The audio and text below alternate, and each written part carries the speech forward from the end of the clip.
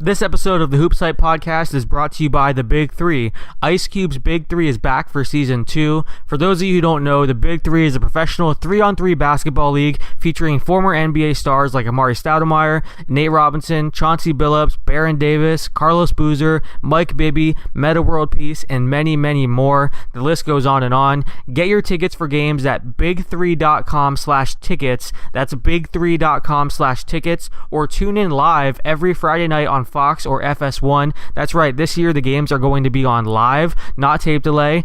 Big Three, we're changing the game. Welcome to another episode of the HoopsHype Podcast. My name is Alex Kennedy, and joining me today is one of my colleagues, Frank Urbina. Frank, how you doing, man? Doing great. How about you, Alex? I'm doing well. Today's been an exciting day, a busy day for you. You were running the rumors page, you were writing, then you had to write your article on 6 potential trade partners for Kawhi Leonard. Now you're doing the podcast with me late at night here. Busy day for you. Yeah, I definitely want to raise after the hell I went through today, for sure. Talk to Jorge. Talk to Jorge. Well, we want to talk about your article, first of all, and just this Kawhi Leonard situation in general. It's such a crazy situation.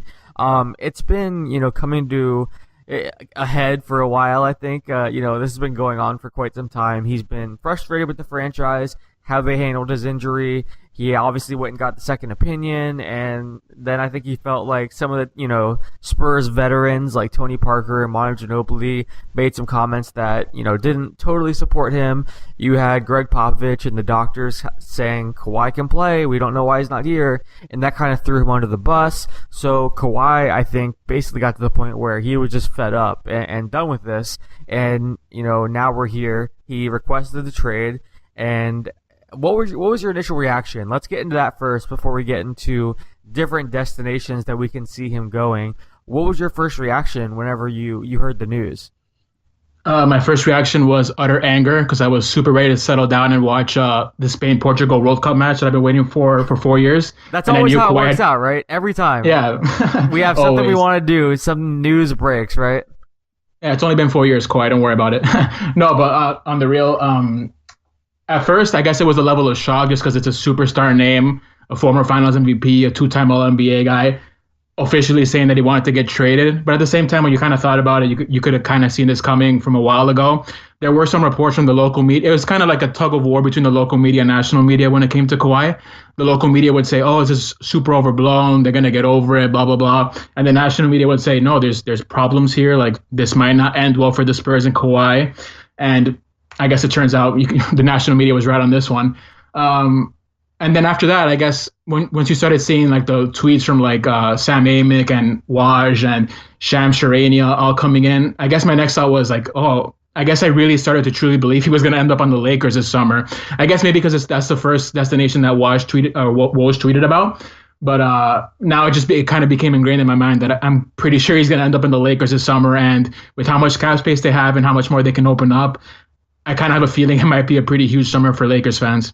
Yeah, it's interesting. My first thought was surprised, like you said. Not as surprised as I would be if, some other kind of player got traded, if Stephen Curry got traded or there was that kind of request, because this has been going on for a while. But when you look at the Spurs organization, this doesn't typically happen with them. I mean, it is kind of surprising there. And Kawhi's a guy that, throughout his career, he's been quiet, and the Spurs are an organization that doesn't have drama. So I think throughout the year, there was always some kind of, there was tension, obviously, but I think a lot of people thought, oh, they're going to work this out. They're going to get over this. For it to now get to a point where Kawhi has requested a trade, and the Spurs, according to every report that we've seen, found out on social media. That's what our colleague Brian Kalbrowski wrote about, that Kawhi's not even communicating with the Spurs, that they're just finding out this stuff online and can't even get a hold of him or his camp. So that's very surprising. And it's interesting that you brought up the local versus national media, because some of Kawhi's teammates were saying that this was overblown. I interviewed Rudy Gay at the end of the season. It was, right after their season ended. I did a one-on-one interview with him, and he said it's overblown. Rudy has the player option for next year, and he was talking about the possibility of playing with Kawhi next year. He certainly seemed like a guy that thought he would be back next year. Kawhi would be back next year. And then Brandon Paul is another guy that I talked to on the Spurs, and these were guys that were talking to Kawhi throughout the year. So I thought, oh, okay, they're his teammates. But from everything we've seen, it seems like Kawhi is either a changed person or he's being guided in a certain direction. And it is worth noting that Kawhi has a brand new camp. He fired his agent and brought in someone new that typically handled NFL clients before. This is his first big-time NBA client, as far as I know. His uncle apparently is in his ear, and that's relatively new. When he came into the league, that didn't happen. He wasn't someone that was, having a lot of input and making decisions. And I think that was part of the fear over this last year for the Spurs was they looked at Kawhi and thought, okay, this is a new Kawhi Leonard. He has people in his ear that are different. We usually could control the situation, and there was a middleman that we could talk to. We had a good relationship with his agent Brian Elfis. Now all of a sudden they're talking about him maybe going to a big market. He's getting upset about endorsement deals, saying he's not getting enough for his shoe brand. They're talking about all these different things. He's getting a second opinion and not listening to our doctors. So it's interesting to see the evolution of Kawhi. That was one of my first reactions too. That. This is real. This is actually happening. His camp has changed and has significant influence over him, clearly. And now I'm curious to see what happens next. I want to go talk about the Lakers because you brought them up, and that's very interesting to me because one thing we were talking about earlier, all of us, the HoopsHype team and our Slack channel, we were saying, we wonder if Kawhi has some idea of what's happening with the Lakers. Does he know something that we don't?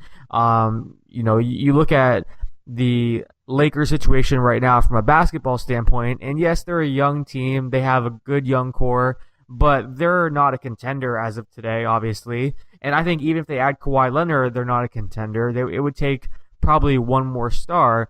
So, and I know Kawhi's from Los Angeles and may have grown up wanting to be a Laker, just like we've heard Paul George has wanted to do. He went to San Diego State. I get all of that, but it makes me wonder, does he know that LeBron James is going there, or does he know that Paul George is going there? Has he talked to these guys? Because that's very possible. It really is. We obviously don't know, but it makes me wonder if there's something more to the story that Kawhi knows that we don't. Right. Yeah. I guess there's a possibility he could be talking to the behind the scenes, but I mean, like you said, it just feels like it kind of would go against what we've known about him all this time. Like at this point, with all these changes he's made, I feel like we're one step away from him being reportedly dating one of the Kardashians or one of the Jenners or something. Right? That's true. Like it would be everything that he's doing has been so out of character. So that would be the next step, yeah. Right?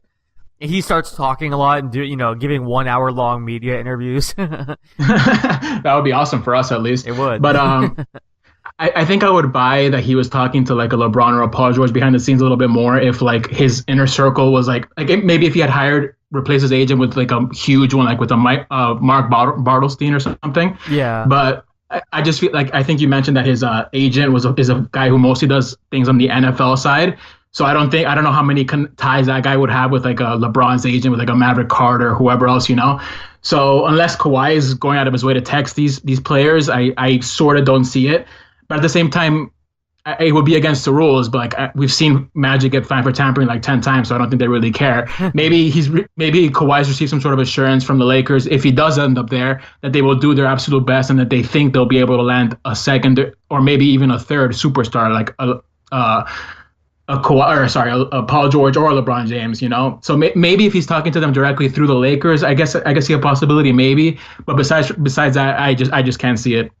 Yeah, we don't know. I mean, I'm curious to see where this thing goes. The reason I guess LA seems surprising to me, because I get that it's his hometown and they are pretty close to contending, especially if they can land one of those guys in addition to Kawhi this summer. But it just doesn't seem like he's an LA type of guy. He's not going there to be in movies or TV shows. He's not, a media guy. He's not. I get that you want visibility and you want to increase your brand, but that's just not really something that was all that important to him even a year ago, 2 years ago. So that's where the surprise comes from, I guess. But now I want to kind of get into some of these destinations. As I mentioned, Frank wrote a great article for HoopsHype looking at the 6 different suitors that have been brought up since Kawhi requested the trade. Whenever that, report first surfaced, he wrote about every single suitor that was mentioned from, top reporters. So we started with the Lakers, and I guess let's finish that conversation up. You had them in your article. Basically, in Frank's article, he talked about each team's situation, and he outlined a trade that would actually work with the salary cap that could get done. So for the Lakers, you had the Lakers getting Kawhi Leonard and the Spurs getting Brandon Ingram, Josh Hart, the Lakers 2018 first-round pick, so number 25 overall, and then the Lakers 2019 lottery-protected first-round pick. Now, is there anyone, let's say the Spurs said, no, we want Lonzo Ball or we want Kyle Kuzma, is there anyone that you wouldn't give up or any combination of players you wouldn't give up if you were the Lakers? No, I think just by reading the article, I think that kind of answers the question, the fact that I included Brandon Ingram in the trade package for him. I mean, he's 20 years old. He's just coming off a year where he averaged 16 points, 5 boards, and 4 assists. Maybe it wasn't very efficient scoring. He still needs to work on his outside shot and finishing in the paint a little bit more. But all the signs are there that this guy could become a true stud. If anyone would be untouchable to me, it would be Brandon Ingram. And I guess I kind of know how the Lakers fans are, and I think they would not want to trade like a Brandon Ingram or something for Kawhi. But at the same time, if you're getting back a top 5 wing when healthy, like this guy was an MVP candidate, 2014 Finals MVP. A couple years ago before the injury, he was a freaking monster. He destroyed the Grizzlies by himself. He did like a supersized freakazoid version of Kobe Bryant out there, hitting pull-up jumpers, fadeaways, whatever you want. So, no, I don't think they should have anyone that's untouchable for him, to be honest. I mean, their young core is great. We did an article on HoopsHype ranking the best young cores in the league, and I believe the Lakers came in like 4th. And even so, if it means you're getting Kawhi Leonard and you believe you can lock him up long-term with a long-term contract afterwards, I don't think anyone on that roster should be untouchable for him. What if the Spurs said, we want Ingram, your first-round pick, and Lonzo Ball? If they want 2 of Brandon Ingram, Lonzo Ball, Kyle Kuzma, would you do that? I guess that gets a little bit trickier. I guess I guess our saving, or I guess for my take, the saving grace is that Adrian Wojnarowski said that he was basically, I guess, kind of trolling a little bit, as he does sometimes when it's a group that he doesn't like that much. He was basically saying that he doesn't think the Spurs would be interested in Lonzo just because of the circus that comes with him. Yeah, and that's possible. I totally get that. I mean, part of me thinks what LeVar Ball is doing is great with his kids and all that stuff. But I mean, like this week, he was saying that if his 3 sons don't end up on the Lakers, he's gonna remove them or take them somewhere else. I mean, dude, come on! It's like we're about to hit the biggest summer in Lakers' recent history. Not history, obviously, because they have an illustrious history, but like in recent history. And this guy's talking about taking his son somewhere else because if the Lakers don't draft LiAngelo and LaMelo, I mean, that's kind of ridiculous, and that does not seem like something Greg Popovich would deal with. I guess if you want to think of it in the way that that a report came out today that Greg Popovich was going to retire after 2020 anyway, so it wouldn't really matter. I guess that makes sense. I just don't see Pop dealing with LeVar's antics for very long. Besides that, I would deal Kuzma and Ingram together for Kawhi. Maybe at that point, because I listed 2 first-round picks at the number 25 overall on next year's 2019 first-rounder, lottery protected, sorry. I guess I would remove one of the first-round picks if it meant you were giving up Kuzma and Ingram. But unless you're giving up the entire young core at once, I don't see a deal that would make me say no in return for a Kawhi-level talent. Yeah, because you're getting Kawhi, and then this summer, Kawhi could attract Paul George or LeBron James. So, I mean, it could change their franchise. Exactly. For sure. It's a franchise-changing move, whereas with all these guys, Ingram, Kuzma, Ball, they have potential, but we don't know if they're ever going to be, a top 3 MVP, candidate guy, a top 3 in MVP voting like Kawhi was. When he's healthy, he is so special as a player on both ends of the floor. And the interesting thing here, before we move on from the Lakers, is that he really could force his way to the Lakers if he wanted to, or at least make things very difficult for other teams, because he's a free agent after next season, because he has the quad injury. Teams are already going to be a little bit hesitant and not wanting to give up a whole lot. If he says, I'm not going to re-sign with any other team, pulls a Carmelo Anthony back when he got traded from Denver, and really just, every small market team, they're not in the mix. I'm only looking at New York and Brooklyn. They got thrown in there too during those times. But he basically forces his way to New York by saying, I'm not going to re-sign anywhere, and refusing to give a long-term commitment anywhere. If, let's say a small market team wants to come and make a bid for Kawhi, if he says, no, I'm going to become a free agent, they're going to significantly alter their trade offer. There's no way. I mean, I don't want to say there's no way, because we've seen GMs and owners do crazy things and dumb things. But if you're the Lakers and Kawhi's telling every other team, I'm not going to stay, you're getting me for 1 year, and he could also make things kind of difficult with his quad injury. He doesn't have to make his medical records and his medical status, available to those other teams. If they traded for him, they could do a physical, obviously, and that would obviously have to pass before a trade went through. But he could just make things very difficult for other teams if he really wants to get to the Lakers. And that's where I think this is interesting, because a team like you mentioned in the article, the Sixers or the Clippers or one of these other teams, if he's suddenly saying, I'm only going to re-sign with the Lakers, they're going to drastically alter their package and offer significantly less. And then that's where the Lakers, they may already have one of the best packages that they can put together by far, or they may already have one of the best packages. But if every other team is significantly lessening their offer, then the Lakers have the best offer by far. For sure. And I guess some people can say like, oh, but once a player gets there, they can acclimate and they'll get used to it, even if it's not one of his preferred destinations. But I mean, not to throw this out there, not to put this into the universe for Celtics fans, but last year the Celtics were not one of Kyrie's 4 preferred destinations. And look what rumors are sprouting around now about, oh, Kyrie could be shipped if they want to land LeBron, or Kyrie is going to take a close look at the Knicks next summer. Like, those rumors are already coming out a year later. And if Kyrie had been originally traded to one of his preferred destinations, I can almost guarantee that wouldn't be the case. Maybe he'd be haggling for a max or for a bigger deal or something, but I don't think it'd be to the extent that we're already seeing Kyrie kind of hint that like maybe he won't stay in the Celtics long term. Yeah, that's a great point. No, and I think we not only could he leave, you may get Kawhi for 1 year unhappy, and and that, we saw what happened. Yeah, it's happened. Yeah, I mean, we saw what happened with Kawhi unhappy this year. He just didn't play.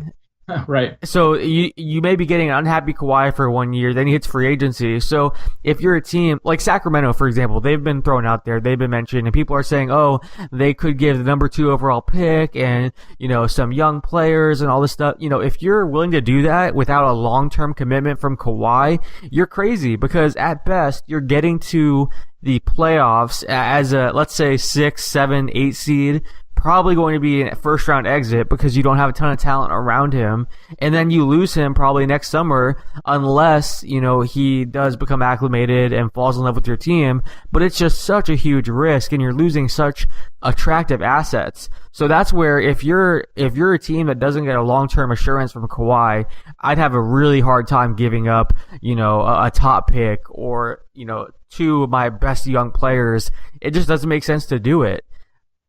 I mean, just quickly, if that were to happen, Ryan McDonough, the general manager for the Suns, would absolutely 100% lose his job and probably have a hard time getting another general manager job. Yeah. I mean, that'd be a fleecing of a trade. You would give up a bunch of like supremely valuable assets, and you'd be getting 1 year of a disgruntled player before losing them. That would cost you and his entire front office their jobs. So that'd be maybe a little too bold, like you're saying. Yeah, it's definitely too. You could definitely lose your job over that. I made this comparison in Slack, and it doesn't exactly hold up, but it's kind of like what the Orlando Magic did, where they had these young assets and they traded Victor Oladipo for, Serge Ibaka. They traded away Tobias Harris.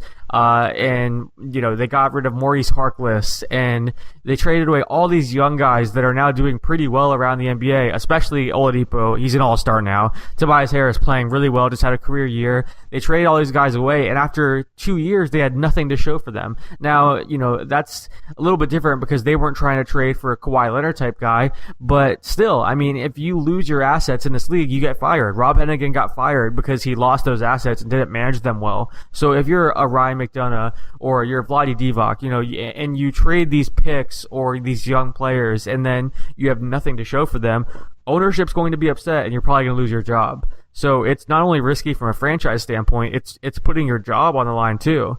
But let's get into some of these destinations that you wrote about. The first one that you covered was the New York Knicks. Now, I think this one's a little bit tough to imagine. I think other teams have better assets, but they were mentioned. And one of the main reasons they were mentioned was because some people in Kawhi's camp have said that they would like for him to play for the Knicks. They want him to be in New York. So that's kind of where this comes from. And this was reported actually, I want to say a month ago. ESPN wrote a really interesting article breaking down Kawhi's inner circle and the different people that are now having prominent, voices and input. And they mentioned that the destinations that they were looking at were LA, New York, and I believe Philly. I believe those were the three that were mentioned in the article. So New York has been a destination that his inner circle has wanted him in for a while. Ian Begley reiterated that today. So that's why the Knicks are being mentioned. But can you see a scenario where he actually ends up on the Knicks? It's kind of hard to see just because, every year when there's a huge free agent or there's a guy who wants to get traded, the Knicks are always brought up just because MSG is the mecca of basketball. And they're if the Lakers are the first biggest market, the Knicks, even after all these years of being mediocre to bad, they're probably the second biggest market. But personally, I can't see it. The beat writer from the New York Daily Post, I believe, or the New York Daily News, one of those two, he mentioned in an article after my article came out, so I guess he kind of screwed me there, that the one way he could see a deal happening or the Spurs agreeing to a deal is if Kristaps Porzingis was included. And in my article, I actually didn't include Kristaps just because when you think about it this way, Kawhi's coming off a pretty bad injury. He missed most of the year, and the guy's an athlete. He wanted to be out there. This whole thing wasn't because he's been mad at the Spurs. It started off with a legit injury. And the fact that he's going to be a free agent next summer. So, let's say the Knicks, let's say they do get Kawhi, they're awful for a year. Kawhi very well might leave next summer. So that's why a lot of people are speculating that the Spurs might not get a king's ransom is the expression for Kawhi. And in my opinion, a king's ransom from the Knicks would include Kristaps Porzingis. The package that I wrote about for them was Tim Hardaway Jr. for salary matching purposes, Frank Ntilikina, and New York's first-round pick for next Thursday's draft, the number 9 overall pick, in exchange just for Kawhi Leonard. Tim Hardaway Jr., he's a decent player, averaged 17 points per game last year. And the Spurs kind of do want to get healthier at the not healthier. They want to get younger at the 2 guard spot because Danny Green's going to be, I think he's already 31. His play has really tailed off over the last couple of years. I think he's hitting 35% of his threes over the last 3 seasons. So you get maybe an upgrade at the 2 guard spot. Ntilikina, you get asset. Maybe he doesn't fit great next to DeJounte Murray because they both are so similar. Neither of them can really shoot from the outside and they both like to get to the rim and stuff. But Ntilikina is still a pretty good asset because he's 19 years old and he showed some very special defensive skills this season. So you can flip that for a more established player or for another first-round pick. Someone that I thought, or a deal that I thought could be plausible for Ntilikina if the Spurs did acquire him, would be sending him to the Hawks and receiving their number 19 overall pick in Thursday's draft. So that way you get 3 first-round picks coming up when you're trying to rebuild. But still, at the same time, to go back to your original question, I really can't see it happening because Porzingis is coming off the torn ACL. We're not sure when he's going to come back. I think the safer play, considering the fact that the injury happened pretty late in the season, might be for him to sit out, if not all of 2018-19, to sit out most of it. So I mean, it would be really hard for me to see Kawhi go into such a bad situation in one of his prime years of basketball. I mean, he already lost a year of basketball with the injury. Does he really want to lose another one on a bad team, you know? Yeah, the only way I could see it happening is, again, if he pulls a Carmelo and forces his way there and says, look, I only am going to re-sign with the Knicks, then maybe that's where the Spurs say, okay, all these other teams aren't really offering much. Maybe we do settle for, the offer that you kind of just laid out. That's the only way I see it happening. I don't think the Knicks would give up Porzingis. Phil Jackson's gone. he's not getting traded now. I can't imagine that.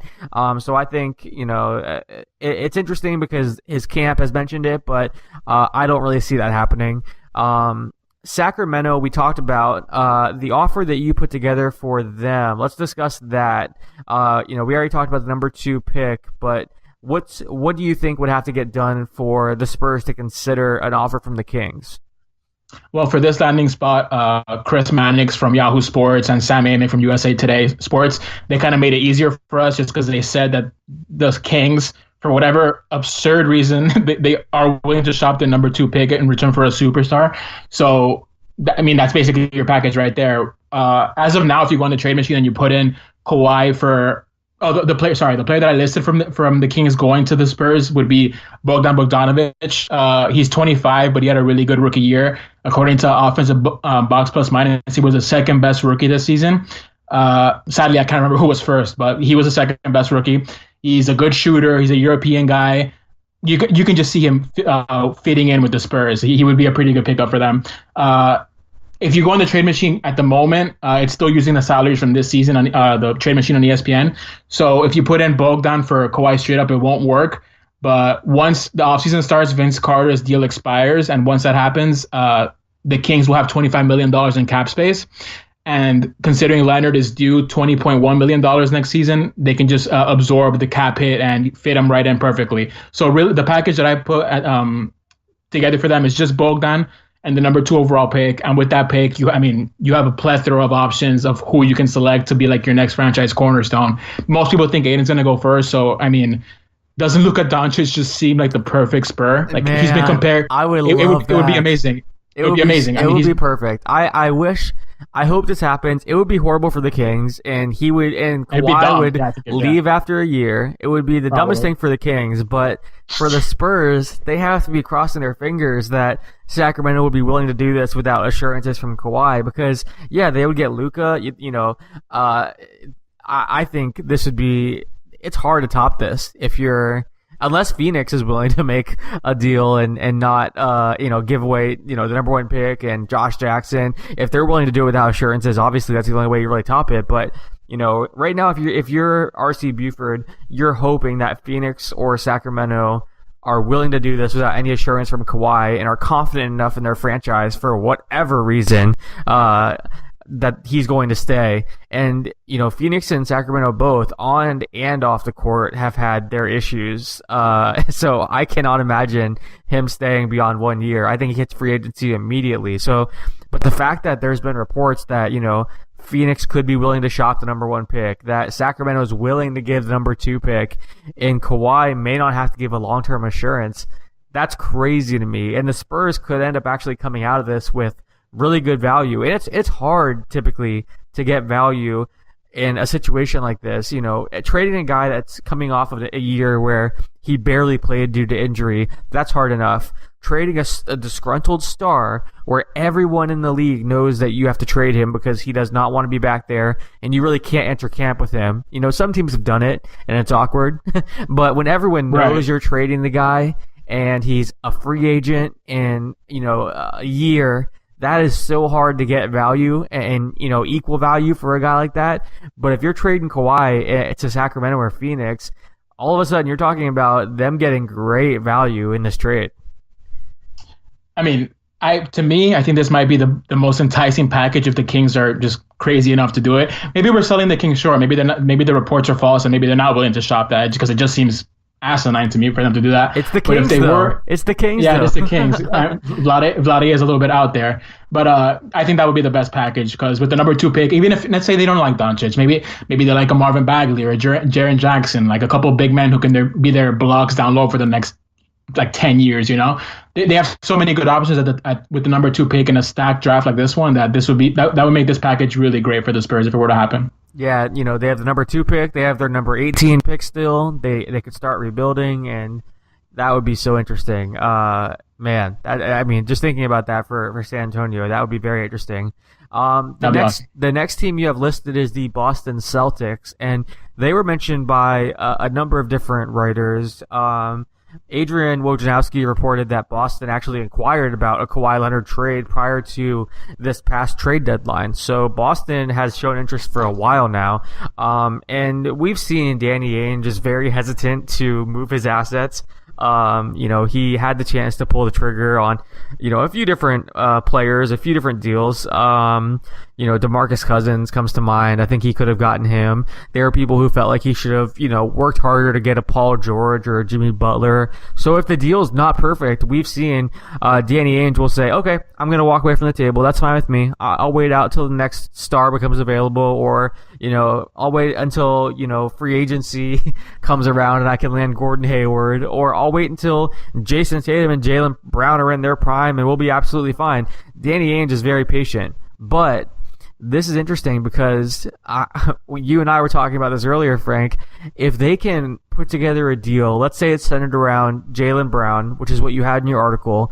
If they can put together a deal and have a starting 5 of Kyrie Irving, Gordon Hayward, Jason Tatum, Kawhi Leonard, and Al Horford, that's a really interesting team that, unless LeBron forms some super team or goes to Philadelphia and, brings someone with him, and gets some help from role players or whatever in Philly, that has to be considered the favorite to come out of the Eastern Conference, and they may be able to challenge Golden State. Kyrie, Gordon Hayward, Jason Tatum, Kawhi Leonard, Al Horford. I'll say it again just because that's, right. That's a loaded roster. Yeah, it would be freaking absurd. It'd be so fun to watch. It'd be like a super team in the East. I think maybe Philadelphia, if they make a couple moves, could be still able to challenge them if they land like a LeBron or something. But I think they would immediately become the favorite to come out of the East. To make this package work, I'm just going to list out the package now. Right. What we came up with, I came up with these with Alberto De Roa, like always. He's my right-hand man with these.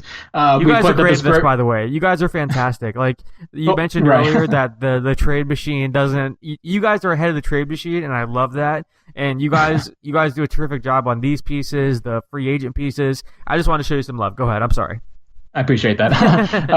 The package we came up with was, because the only way to make this work financially, unless you're giving up Kyrie Irving for Kawhi Leonard straight up, which personally I can't see because they just got Kyrie Irving last year. It'd be kind of messed up. And then you're going to have 4 wings in Leonard, Tatum, Brown, and Hayward.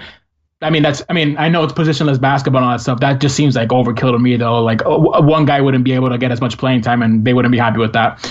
So, and if you were to include Hayward in the deal or Al Horford, the Spurs would need to send over some more salary filler, which, again, is kind of hard to see happening. Right. So the one we came up with was Jaylen Brown, and then for salary filler, Marcus Morris, Yabusele, Abdul Nader, and Semi Ojeleye. It might seem like the Spurs are going to run out of roster spots if they land all those guys, but they haven't told the end of training camp to waive whoever they have to waive, and it would probably be Nader and Ojeleye, if we're being honest. And then on top of that, they would also receive Terry Rozier, which, I wouldn't consider him filler. We saw what he did in the playoffs. Besides that horrific Game 7 against the Cavs, he was pretty awesome in the playoffs. So that's definitely someone I feel like the Spurs can work with. And the fact that Rozier can shoot the ball a little bit, can handle the ball, can defend, I think he would form a really fun 1-2 punch with DeJounte Murray. And then on top of that package of players, we also included the Kings' top 1 protected 2019 first-round pick, just because I feel like Jaylen Brown, Rozier, Marcus Morris, and the salary filler really wouldn't be enough to get Leonard straight up. So they get one supremely awesome asset, a really promising young wing who's going to be on his rookie scale deal. So he's going to be super cheap for the next 2 seasons. Morris can play a little bit, Rozier, and then basically filler that you're gonna cut. I think this would be a pretty good package, especially if the Kings are awful again next year. Which, no offense to Kings fans, I think they probably might not be that good next year. So that could be a really good package for San Antonio too. Yeah, let's say Phoenix and Sacramento, they get the memo that, Kawhi is not going to give us long-term assurances, and they back out, and they're not willing to give up, the first or second pick. all of a sudden you look at this package and it does get very interesting because you get Jaylen Brown, who I think the Spurs would really like. He was so good this year, and he seems like he could be a really interesting player in San Antonio and fit their style and be a foundational piece there. Terry Rozier, as you mentioned, I think he complements Murray really well. I think that would make a lot of sense. And then you get the Kings pick next year that's only protected for the number 1 overall pick, right? It's top 1 protected. Right. So, I mean, that could be, you're not getting, the number 1 or number 2 pick in this year's draft because, as we mentioned, in this scenario, those teams backed out, but you could be getting the number 2 pick in next year's draft for all you know, depending on how Sacramento plays. So this is very tempting if you're the Spurs, and I think it makes sense for the Celtics. As much as Celtics fans love Jaylen Brown and Terry Rozier and these different pieces, if you can have that lineup of Irving, Hayward, Tatum, Leonard, and Horford, I'd have a really hard time passing on that. I think Danny Ainge would be really interested too. So we'll see. I mean, okay, I just wanted to add one more. I wanted to add one more thing that, like Lakers fans who get attached to their young players, the other fan base that does that, and I don't want to call it annoying, but they do it a lot. It's annoying. The Celtics fan it's base. Annoying. a little bit. I mean, for example, Bill Simmons was saying a few months ago before Anthony Davis really went off and became like superhuman, he was saying he wouldn't trade Tatum in an Anthony Davis deal, which, looking back, I love Tatum. I think he has like freaking MVP potential to me. But if you're going to get Anthony Davis and contend for a title right now, that looks like a pretty bad take in hindsight. And going back to last year, a lot of Celtics fans were saying, oh, why would we trade for Kyrie? Or Isaiah Thomas and Kyrie are kind of like the same thing because Thomas was coming off that insane season. And looking back now, once again, that was a pretty bad take. So I think the fans that are saying now that they wouldn't want to move Jaylen Brown in a deal for Kawhi Leonard could end up looking pretty bad a year from now if the Celtics made it to the finals thanks to their insane starting 5 with Kawhi Leonard in it, You just have to think, Kawhi Leonard is literally a guy that has almost won the MVP award entering this year before he had the injury or before we knew how long he'd be sidelined. Going to this year, people were saying, oh, James Harden and Chris Paul, they're going to cancel each other out. Russell Westbrook has all these, new teammates and Paul George and Carmelo Anthony. He's not going to be an MVP. I remember people were saying at the beginning of the year, it's going to be either LeBron James or Kawhi Leonard. That was a discussion. People were saying Kawhi could be the MVP this year because he'd be carrying the Spurs. That's how good this guy is. And yes, Jaylen Brown may have MVP potential, and I know Celtics fans love him, but at the end of the day, his potential, as good as he can become, let's say he reaches his full potential and is amazing, is he better than Kawhi? I don't think so. I mean, I really don't. And Kawhi's still so young. It's not like Kawhi is, this old player that's declining. If he gives you long-term assurances, and I think that's important here, I think Boston would definitely want that. If he gives you a long-term assurance, then he's someone that can be, a really important piece for your team for, the next 6, 7, 8 years potentially, with his age and his, style of play, how great he is on both ends of the floor, how well he fits those other players we just mentioned. I love that lineup. I think that's really interesting. The next team that you have listed is the Los Angeles Clippers. Now, we talked about the Lakers. Los Angeles obviously has ties to Kawhi. He was from there. And, we don't know. I don't think we know if he grew up a Laker fan or not. But if he wants to go to Los Angeles, wants to be in a big market, he could technically still go to the Clippers and accomplish that. And Mark Stein said that they are indeed intending to be aggressive trade bidders for Kawhi Leonard. So it's already out there that the Clippers want to make this happen. They have 2 first-round picks this year, 2 lottery picks, number 12 and number 13 in this draft. So what do you think about this scenario? Do you think this could happen? And lay out why you chose your scenario. I'll say it really. I basically just broke it down. You have the Spurs getting Tobias Harris and then the number 12 and number 13 pick, and then the Clippers just get Kawhi Leonard. Why do you think that makes the most sense? And do you think the Clippers are a realistic contender here? No, I'll be honest. I really don't. The only reason I added them is because I was trying to find who the most reputable reporters were saying could be suitors for Kawhi, who's going to go after him. Right. And I listed all of them. That's why the Kings are on this list. If Mannix and Amick had not included the Kings, you can best believe I would not include the Kings in this exercise. So that's basically why I added the Clippers. I mean, a package of 2 late lottery picks and Tobias Harris is pretty good. I mean, Tobias hit 41% of his threes this year. He was one of the best shooters in the NBA, like spot up, pull up jumpers, whatever. The thing is, those 2 late lottery picks, they're good. I mean, Donovan Mitchell went 13 last year, so you see what you can get at number 13 overall. I just feel like if instead of 12 and 13, if it was like 8 and 9 or something, it would be a little more. Then I think it would be almost a no-brainer. But 12 and 13, you kind of start to think about it because 13 was Donovan Mitchell last year, and who was 12? Wasn't it Luke Kennard? I mean, you could get screwed. The draft is such a crapshoot, and it just gets harder and harder the deeper you go in the draft. To me, this is the least likely scenario. I mean, I guess you can start fiddling around with it and adding other players that the Spurs could get. Maybe a Patrick Beverley. I mean, he kind of seems like a pop player. He's an ultra feisty defensive demon at the one spot. He can knock down threes. He seems like a pretty good fit there, but I just don't see this one happening. The only reason the Clippers are probably even being mentioned is because they're in Los Angeles. If they were the Wyoming Clippers, they wouldn't be mentioned for this exercise at all. So I don't see this one happening. I completely agree with you. There is something to be said for, maybe the Spurs don't want to completely rebuild and they want to bring in players that can help them compete sooner than later. And then maybe someone like Tobias becomes interesting because he's going to be 26 years old.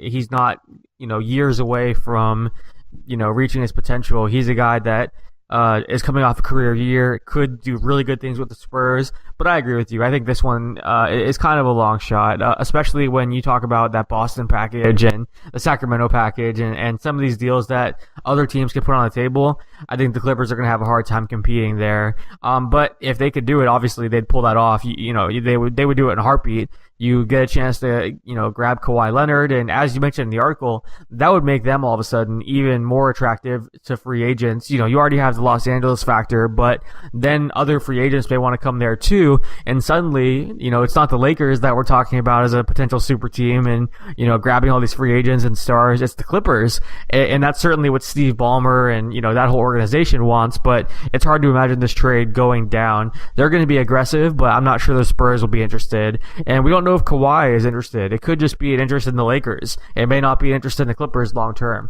We really don't know. The next team you have listed that a few people have mentioned, and it makes sense. I mean, they're a pretty obvious, a suitor for Kawhi, is the Philadelphia 76ers. And can you break down your trade scenario for this one?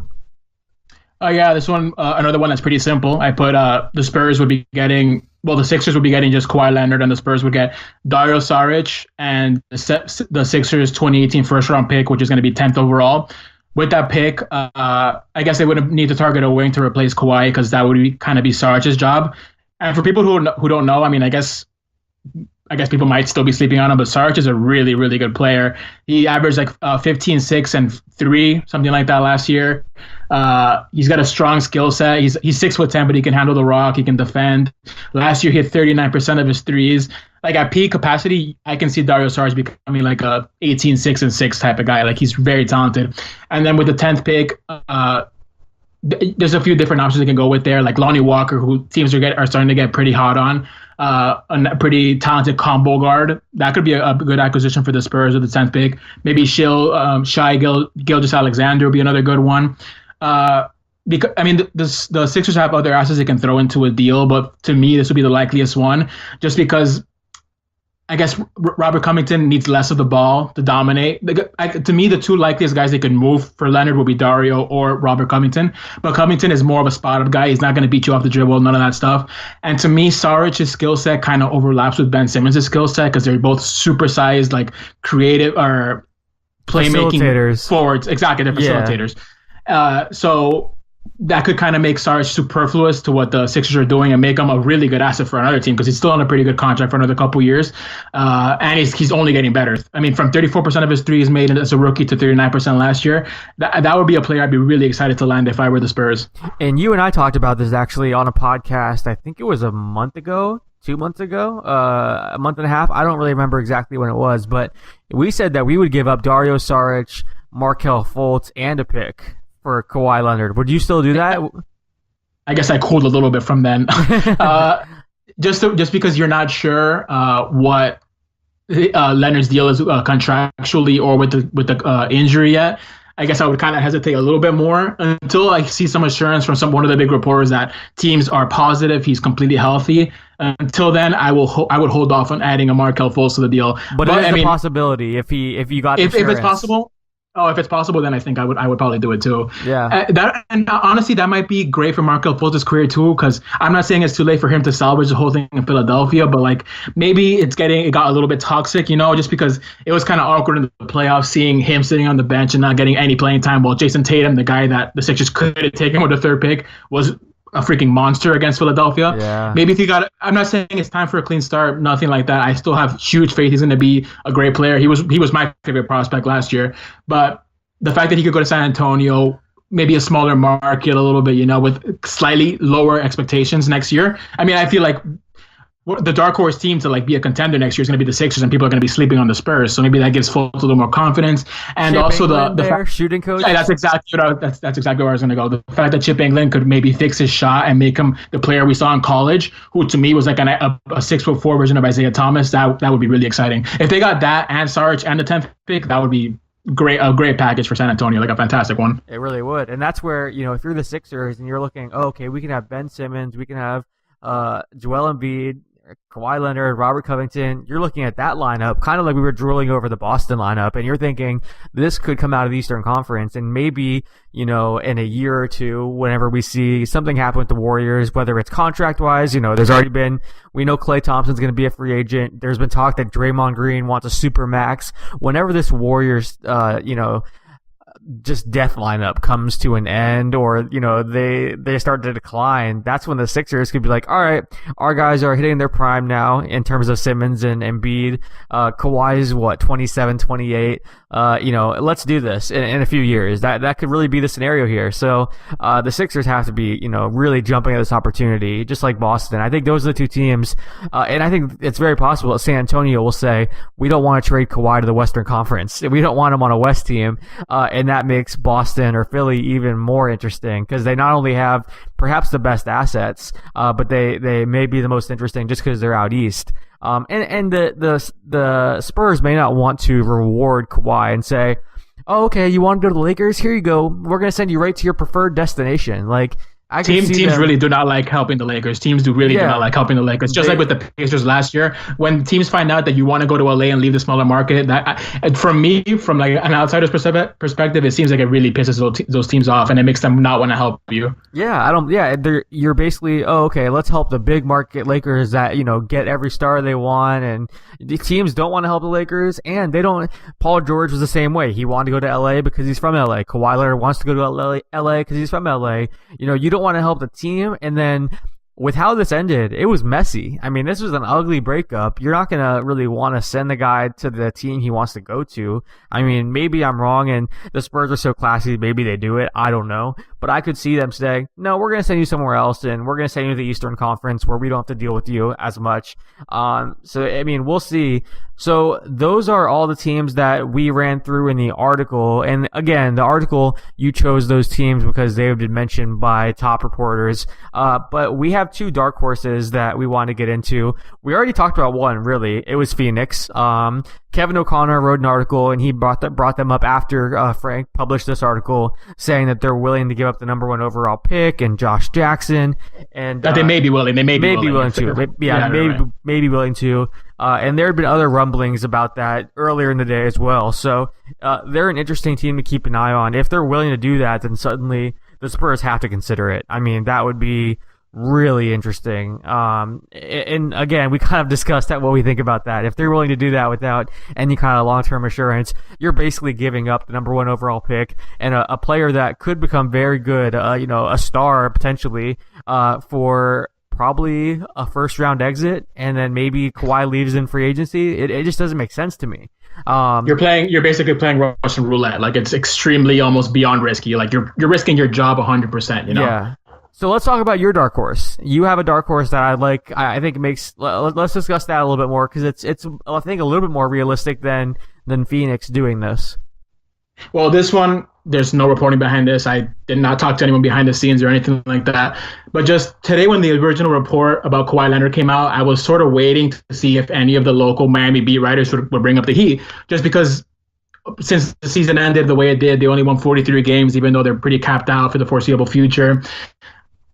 Fans have been kind of not uproarious, but they haven't been that happy with the team's direction as of late. So I thought I was waiting for like a Tim Reynolds or a Barry Jackson to bring up Miami, and no one even mentioned it. Like they barely even retweeted the tweets about Kawhi wanting out. So I don't know. It almost feels like it's almost too quiet in Miami. And for example, like last season when the Kyrie Irving stuff came up, Miami is one of the listed destinations. I just find it strange that the Heat wouldn't be brought up. This just kind of, I'm not saying it's going to happen, but I could see this being like a Pat Riley move. His thing has always been either to attack free agency or attack the trade market for disgruntled superstars. He did it with Tim Hardaway. He did it with Alonzo Mourning. I don't know how disgruntled LeBron was, but he landed LeBron. He did it with Shaquille O'Neal. Yeah. Shaquille O'Neal's the biggest one because, I mean, everyone remembers that. So I could see them sort of sneaking in and maybe trying to put something together, a package that would be enticing to the Spurs for Kawhi.